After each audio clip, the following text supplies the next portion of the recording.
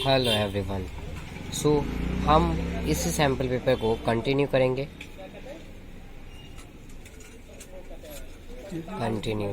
हमने इसके अंदर 9 क्वेश्चन कर लिए थे। 10th क्वेश्चन मैंने आपको होमवर्क के लिए कहा था। सो हम इस क्वेश्चन को भी डिस्कस करेंगे। 10 से 14 तक के क्वेश्चन हम डिस्कस करेंगे।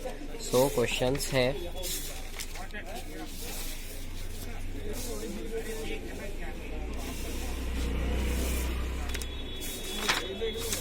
पहला क्वेश्चन है, a contractor plans to install 2 slides for the childrens to play in a park. ये चैप्टर 9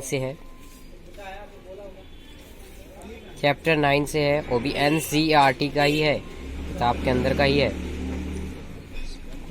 सो इस क्वेश्चन को करते हैं। इसमें कहा गया है, ये कॉन्ट्रैक्टर है, उसने 2 स्लाइड्स बनानी है बच्चों के प्ले खेलने के लिए पार्क के अंदर। For the childrens below 5 years, 5 साल से छोटे बच्चों के लिए उसने जो हाइट ली है, हाइट है उसकी 1.5 मीटर है। तो क्वेश्चन नंबर 10, क्वेश्चन नंबर 9 हम कर चुके हैं। क्वेश्चन नंबर 10, केस 1, 5 साल के बच्चों के लिए 5 ईयर्स, हमें यहाँ से लेकर यहाँ तक 1.5 मीटर गिवन है। सो उसने इस स्लाइड को लगा दिया, यानी कि इसको एक इससे जोड़ दिया। सो इसकी हाइट ये बतानी है, इसकी लेंथ क्या होगी, स्लाइड की लेंथ क्या होगी। पहला केस ये कहता है। And second case, for young childs, तो उससे 5 साल से बड़ों के लिए। केस 2 5 साल से बड़ों के लिए है। इसके अंदर जो हमें लेंथ गिवन है वो 3 मीटर गिवन है, और ये हमें फाइंड करना है। इसमें भी हमें यही लेंथ फाइंड करनी है। सो दोनों को हम अलग अलग करेंगे, A, B, C मान लेते हैं। अब हम इसमें कौन सा रेशियो लगाएं, साइन 30, इंक्लिनेशन दे रखा है हमें 30 डिग्री, एंड ये 60 डिग्री दे रखा है, ये 30 डिग्री दे रखा है। एंगल ऑफ एलिवेशन गिवन है। तो sine 30 is equals to AB by BC। AB by BC रखकर यहाँ पर जो BC नहीं, AB बाय AC होगा ना, क्योंकि साइन का रेशियो है। साइन का रेशियो होता है P अपॉन हाइपोटेन्यूज। सो ये इक्वल हो जाएगा, AC हमें इक्वल हो जाएगा 3 मीटर, यानी कि फर्स्ट स्लाइड की जो लेंथ है वो 3 मीटर आ गई। एंड देन इसी में साइन 60 लगा देंगे, is equals to ABC, AB upon AC। So ये हो जाएगा 3 अपॉन AC √3/2। इसको हमें रैशनलाइज कर कर AC की वैल्यू आ जाएगी, ये उधर ले जाएंगे, इधर आ जाएगा 6 √3/3। रैशनलाइज करने के बाद 6 √3/3, इससे ये गया और ये आ गया 2√3 मीटर। देन क्वेश्चन नंबर, इसी का जो और वाला पार्ट था वो वाला करेंगे हम। Next part of the same question, a 1.5 meter tall boy is standing at some distance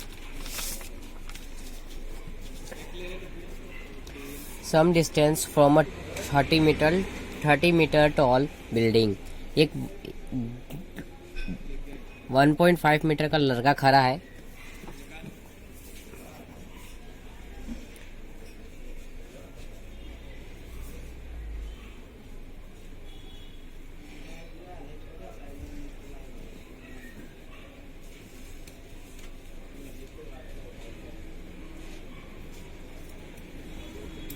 यहां से एंगल ऑफ एलिवेशन इसका बनता है 30 टू द बिल्डिंग से। फिर वही लड़का थोड़ा सा आगे चलता है, समझो यहाँ पर आ गया इस पॉइंट पर, तो इस पॉइंट से उसका जो एंगल ऑफ एलिवेशन बनता है वो 60 डिग्री बनता है। सो इसमें हमें यहाँ से यहाँ तक की लेंथ 30 मीटर गिवन है, ये 1.5 गिवन है। हमें फाइंड करना है उस लड़के ने कितना ट्रेवल किया, इसको हम x मान लेंगे। जस्ट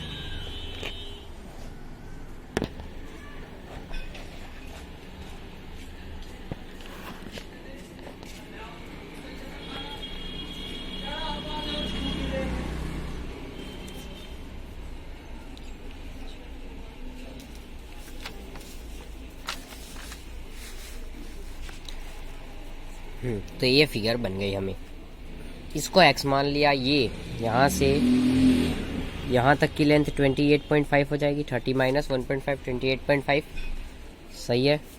एंड देन अब नेमिंग कर देते हैं A B C D। सो इसमें हम लिख देंगे in triangle A B C tan 60 is equals to AB upon BC। So यहाँ से BC की वैल्यू आ जाएगी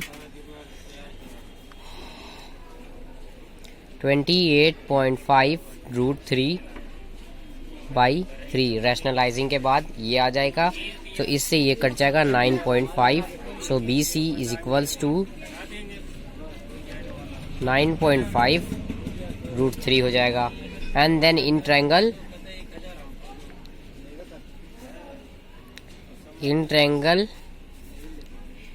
ABD tan 30 is equals to AB upon BD को हम BC प्लस CD भी लिख सकते हैं, तो BC plus CD। And then हमें BC की वैल्यू गिवन है, मतलब पता लग गया कितनी है। BC की वैल्यू 9.5 √3 है। AB हमें 28.5।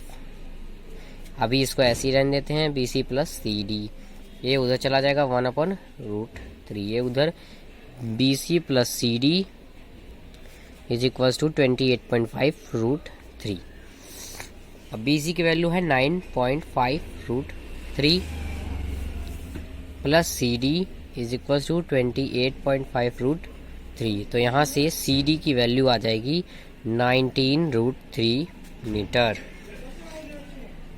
बस। And then the question is solve. Question number 11 section C, section B complete हो गया। ये आपका होमवर्क था, ये मैंने आपको करा दिया। इसका आंसर आप चेक कर सकते हो। अगर आपने सही दिया था आंसर तो अच्छी बात है।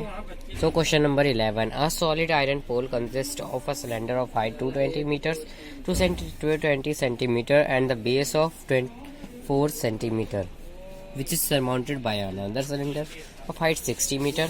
सो इसमें जो फिगर बनेगी हमारी वो कुछ इस प्रकार की बनेगी। एक सिलेंडर, मतलब एक सिलेंडर के टाइप का पोल खड़ा है, पोल है सिलेंडर टाइप का। इसके ऊपर भी एक पोल हमने छोटा सा डाल दिया है। सो अब हमें इस क्वेश्चन में जो गिवन है, क्वेश्चन में यहाँ से लेकर इस पोल की हाइट 220 सेंटीमीटर गिवन है। इस पोल का बेस का डायामीटर गिवन है 24 सेंटीमीटर। इसका रेडियस गिवन है क्वेश्चन नंबर 11। इस वाले का रेडियस है, इसको हम R1 मान लेते हैं। तो रेडियस हमें गिवन है 8 सेंटीमीटर एंड इसी का हाइट जो गिवन है H1 मान लेते हैं 60 मीटर। 60 सेंटीमीटर में, सब सेंटीमीटर मीटर में कोई नहीं है। और देन अब इसका हम R2 मान लेते हैं, तो इसका जो R हो जाएगा वो 12 सेंटीमीटर का हो जाएगा और H2 हो जाएगा 222 सेंटीमीटर। हमें एक और चीज़ गिवन है 1 centimetre cube is equals to 8 gram mass. So हमें इसकी वैल्यू निकालनी है। अब हम फॉर्मूला क्या लगेगा, इस पूरे सॉलिड का जो वॉल्यूम होगा सेंटीमीटर क्यूब है, सॉलिड का जो वॉल्यूम है वो इक्वल होगा पाई R1 square H1 plus pi R2 square H2। सो यहाँ से इसकी वैल्यू आ जाएगी हमारे पास यहाँ पर इसको सॉल्व करने से आ जाएगा हमारे पास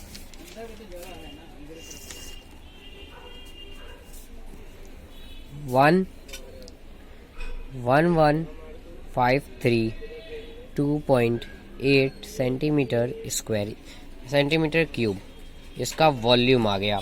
तो इस सॉलिड का वॉल्यूम आ गया। अब इस 1 सेंटीमीटर में इतना 8 ग्राम मास है, तो मास इसका हो जाएगा इक्वल, आप करके चेक कर लेना, 892.262 kg आएगा। Then this question is solved. Then question number 12 है वो चैप्टर 10 सर्कल से लिया गया है। और ये जो चैप्टर्स है, ये तो क्वेश्चंस है वो प्रूफ वाले क्वेश्चन है। सो करते हैं इसको प्रूफ अगले पेज पर। क्वेश्चन 12 में हमें जो एंगल AOB है, एंगल AOB इसको 90 प्रूव करना है। सो इसमें जो गिवन है हमने लिख दिया, टू प्रूफ भी कर लिख दिया। एंड इसका कंस्ट्रक्शन OC को ज्वाइन कर हम इसके अंदर angle OPA and angle OC, triangle OPA and triangle OCA को कॉन्ग्रेंट प्रूव किया। OP is equals to OC is equals to radius, क्योंकि OP is equals to OC इसलिए इक्वल है क्योंकि वो सेम सर्कल के रेडियस है। AP is equals to AC, ये थ्योरम 10.2 से, यानी कि जो AP और AC है ये दोनों एक्सटर्नल पॉइंट से एक ही सर्कल पर ड्रॉन हुआ है, तो AP is equals to AC होगा, क्योंकि ये दोनों थ्योरम 10.2 से हमने प्रूव कर लिया था।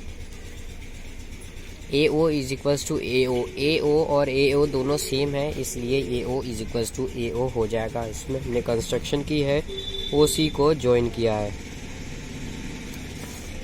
सो एंड देन तो इसी तरह जो एंगल POA है वो इक्वल हो जाएगा एंगल COA के।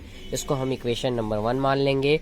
एंड सिमिलरली जिस तरीके से हमने इस ट्रायंगल को प्रूव किया, उसी ट्रायंगल को कॉन्ग्रेंट किया, उसी तरह से एंगल OQB इस सिमिलर हो जाएगा एंगल OCB के।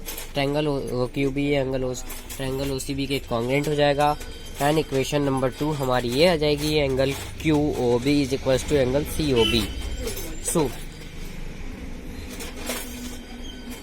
POQ एक डायामीटर है, क्योंकि ये एक सीधी रेखा है, इसलिए हम इसके पूरे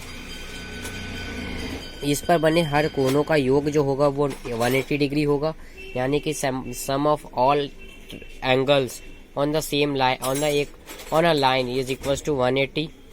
सो इसको हम 180 के इक्वल रखकर एंगल AOB 90 प्रूव कर देंगे। सो क्वेश्चन नंबर इसी का दूसरा और वाला पार्ट है। गिवन है इसमें हमें AC एंड AB टेंजेंट्स है। टू प्रूव, ये फिगर हमें गिवन नहीं है, फिगर हमने बनाई है। टू प्रूव हमें करना है angle AOB plus angle ACB 180 degree, यानी कि इन दोनों का जो सम है वो सप्लीमेंट्री होना चाहिए। क्वेश्चन में सप्लीमेंट्री लिखा हुआ है। एंड प्रूव करते हैं हम इसको। Angle OAC is equal to 90 degree होगा बाय थ्योरम 10.1। थ्योरम 10.1 से 10.1 क्या कहती है, जो टेंजेंट है वो रेडियस के परपेंडिकुलर है। एंड देन इसमें एंगल OBC भी 90 डिग्री होगा बाय थ्योरम 10.1 से। सो गेटिंग 1 एंड गेटिंग 2, दो इक्वेशन मान ली हमने, यानी कि दो इक्वेशन मान ली। एंड देन हम इसके अंदर एंगल सम प्रॉपर्टी यूज करेंगे। एंगल सम प्रॉपर्टी ऑफ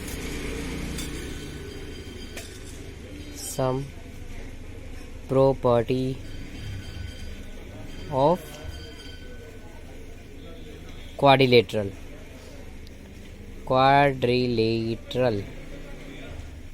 सो इससे angle OAC plus angle ACB plus angle OBC plus angle